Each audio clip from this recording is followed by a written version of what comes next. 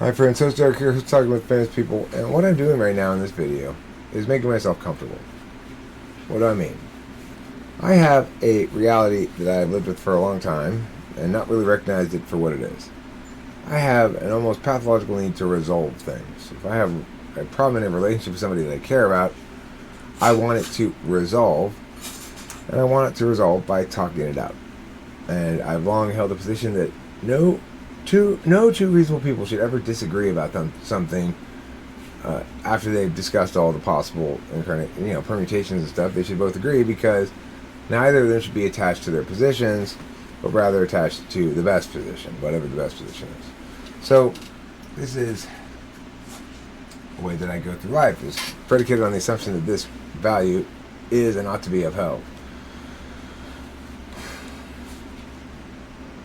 The thing is, I've been subject to critique today from my friends here, from people on the channel, wherever, saying, hey, maybe you shouldn't have jumped the gun on this and talked about Becky's situation online.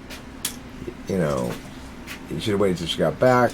You didn't give her a chance to admit it. Yeah. Okay, so my first point about this is going to be one of who has the burden. I have no problem working with an individual to frame the material that I'm putting up about them in ways that they're comfortable with and I'm comfortable with.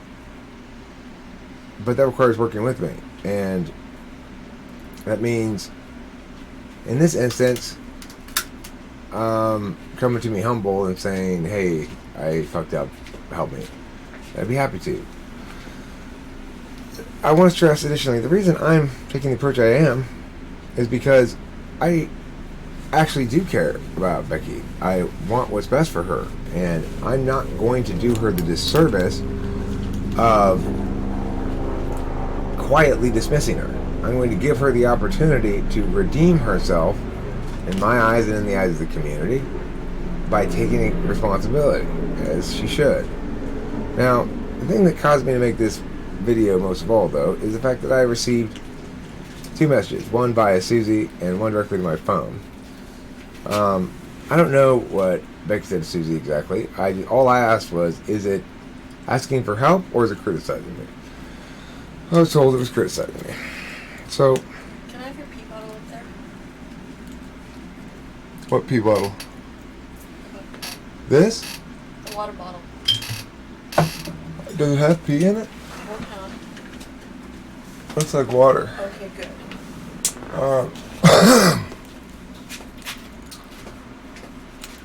No, I didn't need to hear any more about the message from her then, because obviously that's not going to work. I got a message from a number, and I don't know exactly whose number it is, because one of the complications of this whole matter is that my phone has been broken the last couple of days. It just was out of whack. I got a new phone today. It's now operational, but I lost all my contacts and everything. So, I don't know who sent me this message, but it basically said, the only person you're going to hurt with your live stream is Becky's boyfriend. Well, my response to both those situations, both Becky's critique of me and the second message, which said that the only person I was going to hurt, let's tackle that one first. There's an implication in there that I'm trying to hurt Becky with the live stream. Absolutely false. I'm trying to help Becky to the extent I'm trying to do anything for Becky. Most of all, what I'm doing is I'm allowing myself to be comfortable, because I carry around these things that are unresolved until the person talks to me or I talk it out somehow, publicly or whatever. So right now I'm making this video because my friends here are sick of talking about this. They talked this shit out while I was napping. And by the time I got up and saw and heard about this message and saw the message on my phone, I just at that point began to initiate to think about this stuff, and they'd already talked it all out. So they didn't want to really talk about it. The point that I hope I got across today to my friends here is that I don't want to burden you with conversation about this. If you don't want to talk about it, fine. I'd like to talk to Becky about it, but Becky doesn't want to talk to me about it because she understands that's going to require her coming at me humble, and she's not ready to do that. I don't think that she can come at you humble. Well, she's going to have to. No, I'm saying you're saying it wrong. She needs to come to you humbly. Right. That's what I mean. You're correct that. Okay. Yes, Kimberly. I should have used the adverb form, not the adjective form. You are right about that. She needs to come at me humbly, and she's not willing or ready to do that at the moment. The thing is, and this is where it shows the disconnect, and the disconnect between reality and storylines and stuff. Becky's critiquing me. She doesn't seem to understand that part of the problem here is that she's forsaken any ability to use moral outrage as an argument. If you're familiar with me in this channel, you know that I often use moral outrage as an argument. That I often take firm, clear moral stances on things and take positions and say, no, that's bullshit. I call bullshit on that because blah, blah, blah. In order to do that, in order to use moral high ground in argumentation, as she's still trying to do right now with me, you have to have some moral high ground. This is one of the things I need to talk to her about. It's like, you fucked up in numbers of ways that directly link to the stuff you were talking to me and Kimberly about in therapy.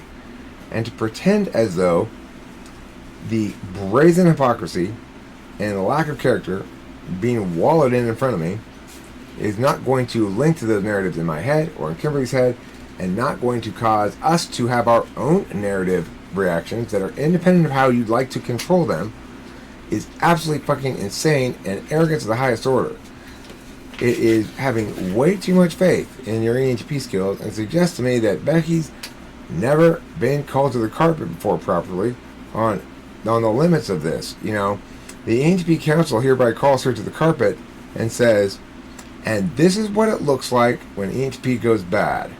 You are off the reservation. I mean, without our principles, we are amoral, manipulative fucks. And the thing is, I need her to be better than that in order to... Like today, I had to have this bit of an argument in the car where I stressed to Kimberly that just because Becky has failed utterly in this capacity does not mean we need to not consider the value in what she said before, blah, blah, blah, blah. It does mean she wouldn't be able to say it now and get away with it, right?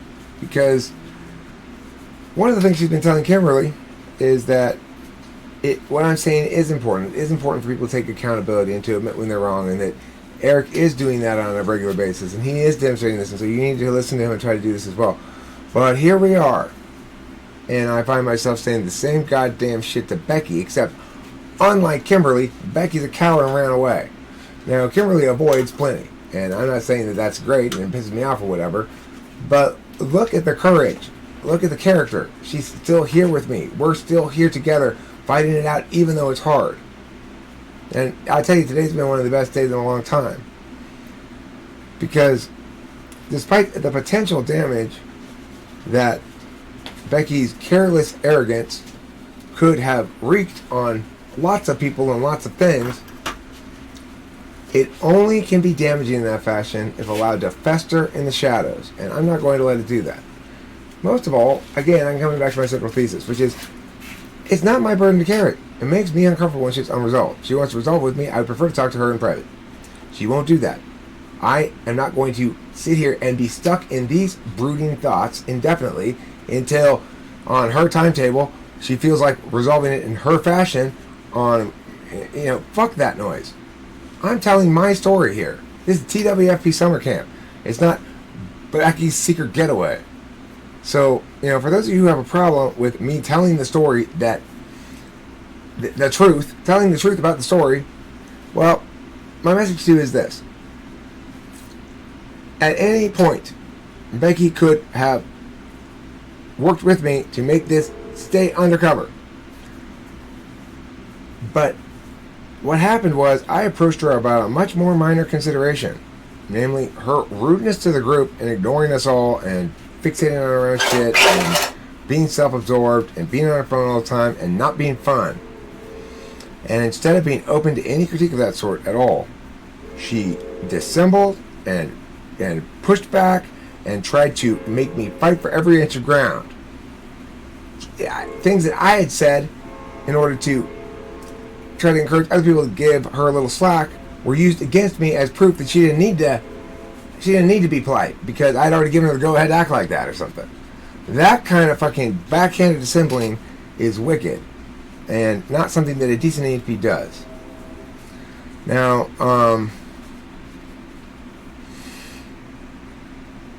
she fought every inch of the ground. She wouldn't concede that there were cues that people had been giving because the introverts don't want to go up to her and say, hey, I am now explicitly giving you an implicit cue. And when, when trying to be pinned down by Becky, they're going to be like, I don't want to get into this or whatever. Fact is, everybody had been giving her cues. Me, Kimberly, Abraham, Susie, and even Shane. Whether he wants to do that or not, I don't know. But she'd been ignoring them because she was too busy indulging in her shit. And because she wouldn't work with me on that, she wouldn't even begin to consider that maybe she needed to adjust here, that she was being rude, and that maybe she should talk to me differently and approach me differently instead of adversarial about this. She wanted to control the frame. What upset her most was that I controlled the frame. That somebody had told me that I was upset, that she was upset at me, which prompted me to initiate the conversation and bring her to the car and talk to her about it. That was one of the primary things she was upset about. She was upset at Kimberly for telling me that she was upset at me. What does that tell you? She continued to think that if she could just control the frame, that she'd control the story here. The best time wizard in the world has to work with the facts as they are. It's the only thing that makes time wizardry white instead of black magic. And she was engaged in black magic. And I have no choice at that point to engage it directly and engage in the only most powerful kind of white magic there is. The light of motherfucking day. The notion that I ought to be held accountable for any pain and suffering that her boyfriend goes through is the most laughably absurd projection and attempt to abdicate all moral responsibility that I've ever fucking heard. Hey.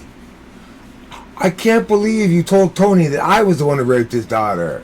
I was getting along fine with him. That's so not cool of you. No, it doesn't work like that, right? It's like the person who's talking about the bad behavior is not the one to be condemned for bringing attention to bad behavior. It's the bad behaving one who ought to be condemned for forcing the person who's bringing attention to the bad behavior to do so. And believe me, Becky in no uncertain terms forced the issue by making it unavoidably, by being unavoidably and uniformly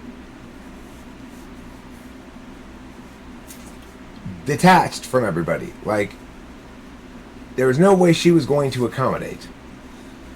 And she didn't think she had any duty to accommodate or care about any of us at all. And that's what I wanted to talk to her about at first. Okay, I get it. We get a little self-absorbed sometimes and we forget about everybody else and yada yada. Fine, I get it. Can we transition from that now? If she doesn't want to even begin to discuss with me the possibility that that was true, that she wants to fight the statement of facts that begins that conversation, well, she is making and has made her own bed. So if you have any sympathy for her, I do too. I'm the only one who really has sympathy and cares about her. Because I'm the only one who didn't play along with her wickedness and allow her to walk that path to hell. I'm not attempting to make this public so make sure her boyfriend sees it or something like that. I'm doing what I need to do to make myself comfortable. It's uncomfortable when I have unresolved shit, when people are putting bullshit narratives out there, whether it be in a message to Susie or in a message to me. If you want to talk to me, Becky, come at me entirely humbled by this experience, asking for help, and not with a speck of fucking critique of me. You have no longer any capacity to make moral outrage arguments. And when you attempt it, it makes you look fucking stupid. So knock it off, check your pride at the door, give me a call with humility. Otherwise, what do you want from me? You want me to go down the path with you? Do you think I was going to walk that path with you? You're fucking sadly mistaken. You want me to just ignore it and let you fucking be wicked?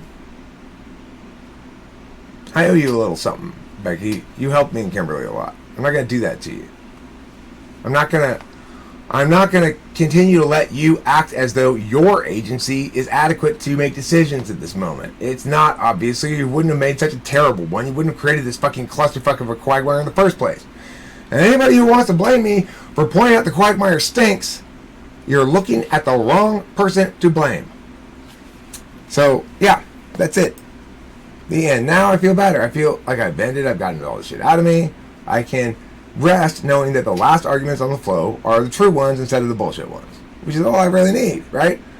I need to know that the last argument stated on the flow somewhere, whether if that person won't not listen to me directly, then I will say it to the goddamn internet, that somewhere there is on the flow the truth as the last set of fucking arguments. That is to say, I will not be bamboozled. I will not be gaslit. I will not be told what reality is when I know better. I will not be spun into misconception about things.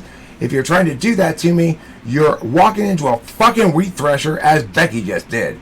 And if somebody is concerned because her guts are all over the place, that's, tell her to stop walking into a wheat thresher with her own fucking malice idiocy. And then she won't have that problem. The end.